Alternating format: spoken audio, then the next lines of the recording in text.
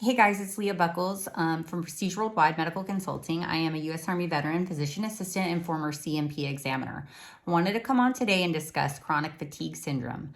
This is a condition that I get asked a lot of questions about, and I feel like is worth going over, especially because a lot of veterans suffer from this, and a lot of veterans just have some same repeating questions over and over. And I thought maybe if I just did a video on it and kind of dispelled some of those frequently asked, I don't want to say wrong ideas, but just some things that I get asked repeatedly that just don't make sense, and kind of explain why, that it might be helpful to some of you guys, right? So what is chronic fatigue syndrome, right? People can have just chronic fatigue, right? Like if I stay up for 3 days straight, I'm going to be fatigued, right? But chronic fatigue syndrome is a syndrome or a constellation of symptoms that can most healthcare professionals, doctors, PAs, nurse practitioners, whatever, determine after about 6 months of time and ruling out some other things and looking at certain criteria. They determine that this is the medical condition the person is suffering from, right? A lot of times this will be diagnosed by a rheumatologist, right? But it doesn't have to be. An internal medicine doctor might evaluate you for this. Your regular primary care family practitioner can. It's not a super crazy diagnosis to provide. It's just the person has to feel comfortable with diagnosing it, the practitioner, and they have to kind of know about it and make sure that they look for certain things and decide, in the medical opinion, do you fit that criteria? Some people might not feel comfortable and they just refer you to rheumatology, and that's quite all right, right? It just depends on the person that you're seeing, right? So again, chronic fatigue syndrome is typically something that's going to be a fatigue that lasts greater than 6 months. It has a constellation of symptoms that goes with it, some of which include a sore throat, memory impairment, like diffuse muscle and joint pains, unrefreshing sleep, being super tired after exertion, like more so than you were before, right? And then swollen and tender lymph nodes, right? And so it doesn't have to include all of them, but there is like some specific criteria that your doctor will look at to determine, okay, do they have this? Do they have this? Do they have multiple of these? And there's a specific number of those type of criteria that determines whether or not your doctor thinks that's what you're suffering from. Chronic fatigue is a really cruddy thing to suffer from. It's so tough because there isn't a specific single lab test or x-ray or imaging that can say, yep, that's what they have. It's really sometimes what we call a diagnosis of exclusion, meaning we have to rule out a whole bunch of other stuff. And then we kind of say, well, they don't have sleep apnea. They don't have this. They don't have that. So this is probably what they have, right? Again, there are going to be some exclusionary criteria because we would, when you're talking about chronic fatigue syndrome, if you have something else that's likely causing you the fatigue, well, then it's probably not chronic fatigue syndrome. It's probably like, for example, do you have sleep apnea that's been undiagnosed, right? Or if you have sleep apnea, are you not wearing your machine all the time and then you're just tired because you have sleep apnea? Is it that you don't wear your CPAP ever, right? Is it that your settings are too low?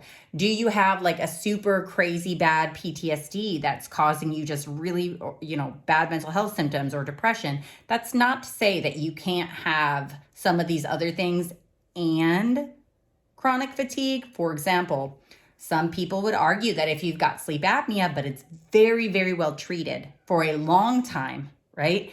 And your sleep apnea titration reports are perfect, right? A rheumatologist or a doctor may say, okay, well, you do have chronic fatigue syndrome too because your sleep apnea is corrected. Again, that is something that's, if it was a setting for me that somebody had both of those things, I would probably defer to somebody else that's an expert in that field to kind of like look. But if all of those other things were ruled out, I would say, well, yeah, you probably meet the criteria for chronic fatigue syndrome, right? Other stuff like Are you fatigued because your vitamin D is in the toilet, right? Because that can make you really fatigued. Is it because your testosterone is uber low and you just like have no energy, right? Some of these things can cause fatigue, right? So they should be looking at some of that stuff. Are you anemic, right? Did we rule out everything else, right?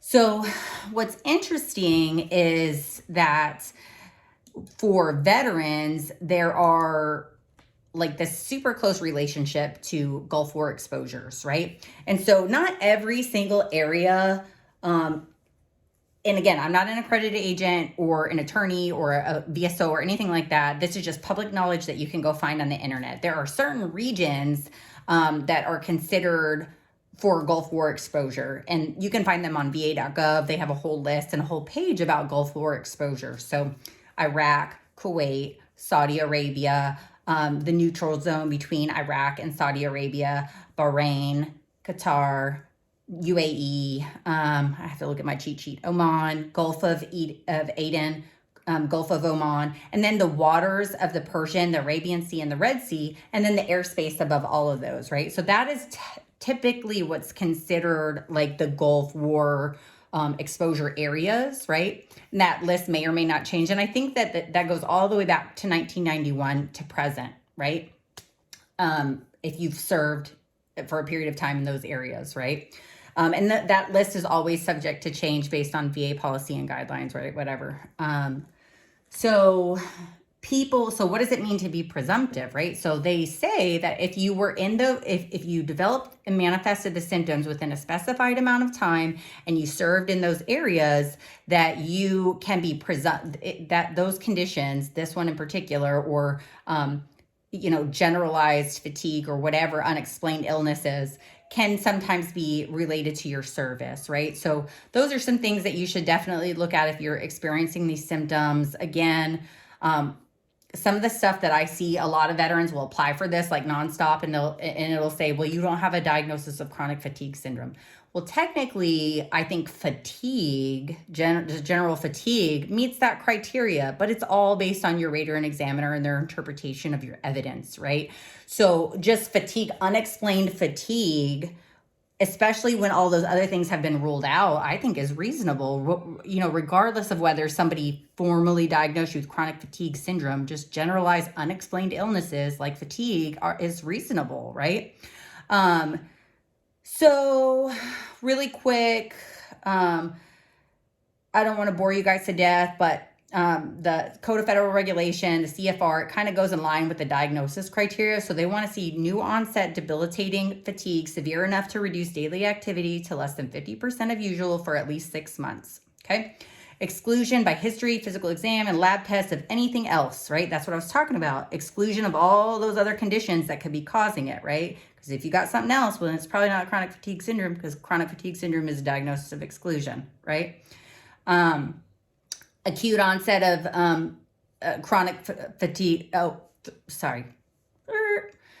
6 or more of the following, okay? An acute onset of chronic fatigue syndrome. So this just happened out of nowhere. Low-grade fever, non-exudative pharyngitis, which is like inflammation in the back of the throat, palpable cervical lymph nodes or axillary lymph nodes under the armpits, generalized muscle aches and weakness, fatigue lasting up to 24 hours or more after exercise, headaches, migratory joint pains, neuropsychologic symptoms like memory, mood, learning issues, and sleep disturbances. So you got to have at least 3 of those 6 or 6 of those conditions going on, right?